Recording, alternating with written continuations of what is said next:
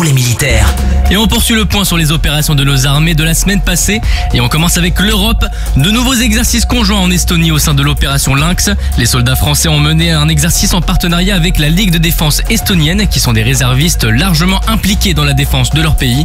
Celui-ci était axé sur les fondamentaux du combat en tranchée et s'est déroulé à proximité du camp de Tapa.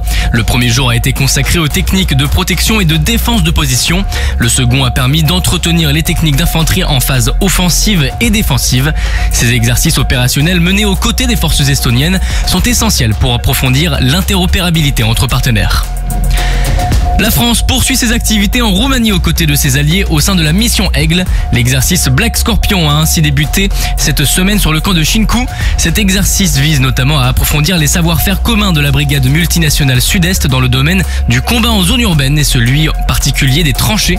2 sections d'infanterie roumaine et une section d'infanterie portugaise ont bénéficié d'un appui de cadre lors de cet exercice, à savoir un appui de la compagnie d'infanterie belge et de la compagnie française équipée de blindés d'infanterie VBCI.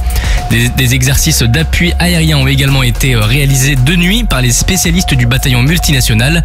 Organisés au camp Berthelot par la compagnie d'artillerie, ces entraînements sont l'occasion de travailler les procédures de guidage et d'appui aérien rapprochés. Ils permettent aux troupes de l'Alliance de guider n'importe quel aéronef à leur profit face à des menaces nécessitant un appui aérien en plus des appuis des tirs d'artillerie. L'ensemble de ces procédures garantissent l'interopérabilité entre les armées membres du bataillon multinational. Au Liban, dans le cadre de l'opération Daman, les armées françaises poursuivent leur contribution à la force intérimaire des Nations Unies au Liban, la FINUL. La France, qui commande la Force Commander Reserve, a récemment intégré une compagnie finlandaise d'infanterie, ce qui démontre la solidarité européenne dans un contexte de haute tension au sud Liban.